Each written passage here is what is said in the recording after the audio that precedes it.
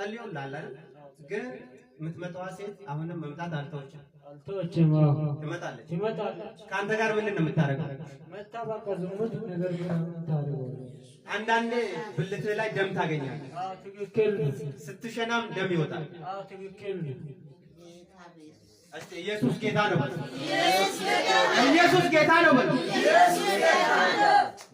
እኔ በቀለን ላቅበት የሚችል መንገድ አለ።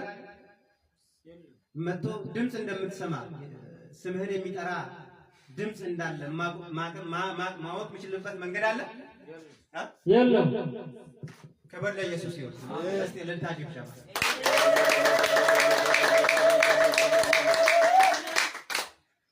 ዛሬ እቺ ሴት ከህይወት ላይ ትቆረጣለች። አሜን።